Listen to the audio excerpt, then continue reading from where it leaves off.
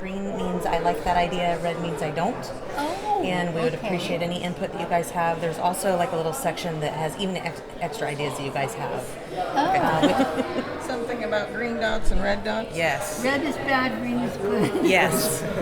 Civic engagement and the future of Beach Front Park took a colorful turn Tuesday evening at Crescent City's Cultural Center as city officials hosted a public forum to garner community input on how best to spend $200,000 in Beachfront Park. Several poster boards with proposed projects were on display, from a labyrinth to a bicycle pump track, and the public was asked to register either a thumbs up or a thumbs down with colored stickers. So Patricia, can I ask you a question for KFUG News? Sure. So why are you here tonight? Actually, I'm here because Blake reminded me that they were having this. But I also wanted to come down and support the labyrinth.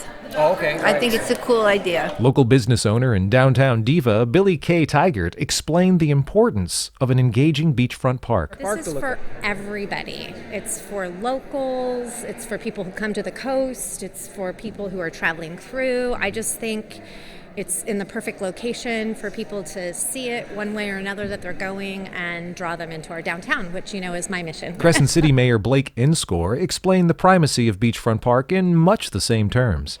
Beachfront Park is something that we identified a long time ago as being a key development piece. We spent a bunch of time with community engagement all the way back in 2011, 2012. As a planning commissioner then, so all that stuff was kind of vetted through the planning commission. And here we are.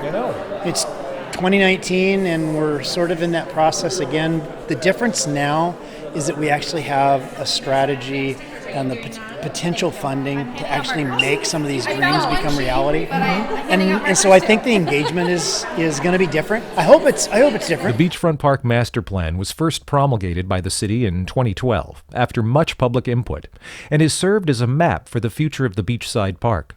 Beach access has been updated and the community raised the necessary funds to build the dog park. But that's just the beginning. In January, the city will apply for a non-competitive $200,000 grant that will enable the next steps to take place. And just what will those next steps be? That's what the city wanted to learn from the community at Tuesday's public forum.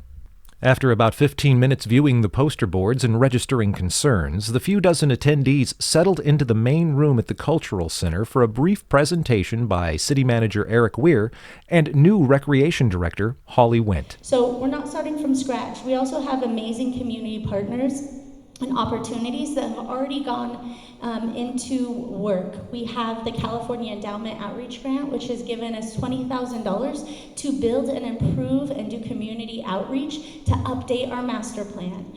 We have the Coastal Conservancy Grant, and they're going to help us improve it and bring a new vision, a new master plan to the community, and also allow us a foundation to apply for future funding grants and opportunities like Mr. Weir said. Here are just 3 quick examples. The per capita non-competitive is $200,000, and that's one of the things we want to start working on tonight and get your input on. The other 2 things are statewide park program funding, and then there's also a rural recreation and tourism. These are just 3 of the many opportunities available right now.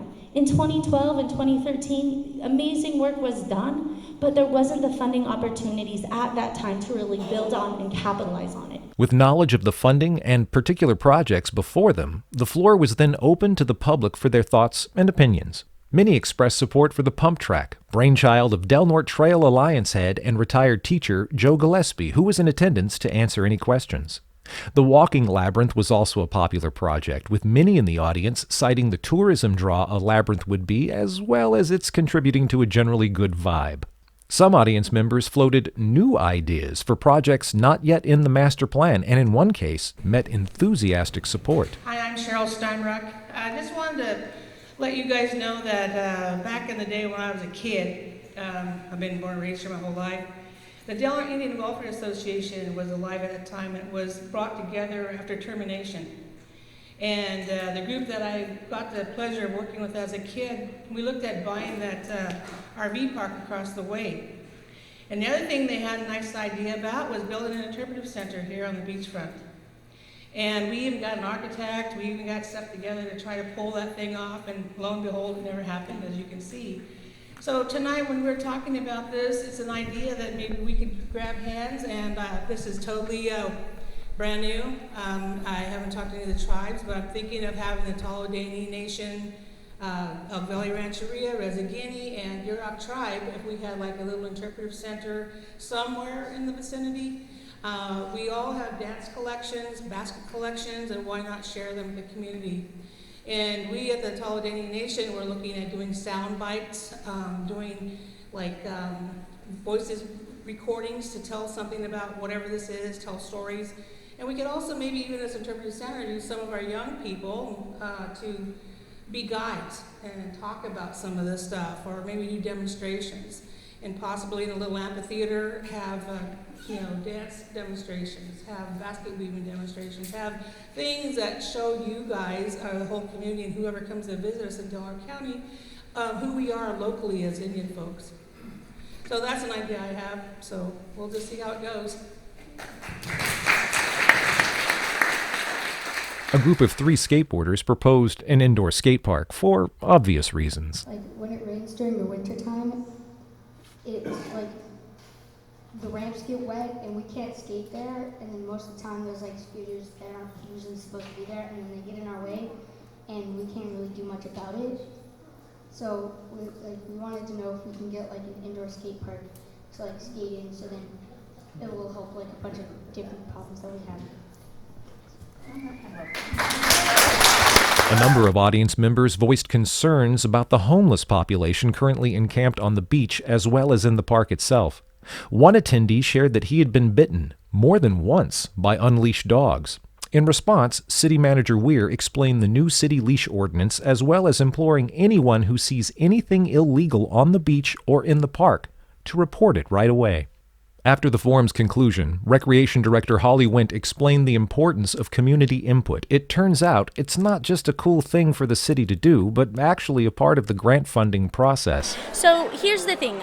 I work for the city. I work for the community. And in order to do these amazing things, the grants say we have to have extensive community input and engagement. That means that kids, seniors, family members, single people living here, everyone that lives here needs to have an opportunity to share their voice, and we need to be able to hear it and take it into consideration. So most often I've worked in the community for my whole life, engaged in the community. I was a juvenile justice commissioner as a high school. I'm always about civic engagement. And the thing is, everyone else thinks someone else is going to speak on their behalf, and then everyone thinks someone else is talking about it, and that's not the way this works. We need everyone to come out and share their voice. We need to know how many people are into pump tracks, how many people are into walking paths, that are lit and safe and have mile markers. There's so many ideas out there. We just need to hear what people have to say, and we also need the community to be educated about what other people want. We need them to be educated about what conversations are being had. So they may think that someone else is speaking for them, but they're not hearing the other conversations that are happening. And so in order to know the vision or future of your community, you have to come out and hang out, hear it, be part of it. And even if they just come and listen and put one green dot on that they want, Kids Town bigger, that's good enough. But at least they know and they can share the information with other people who may not be reached through normal means of communication like Facebook or the Triplicate or, Wild Rivers Outpost. If they're not engaged in those, then it's word of mouth. And so that's the other thing. If you come and can share the information and help in that capacity, that's hugely important as well. There will be a second public forum, this one at lunchtime from noon to 1, Tuesday the 17th of September at the Cultural Center. For KFUG Community News, this is Paul Kritz.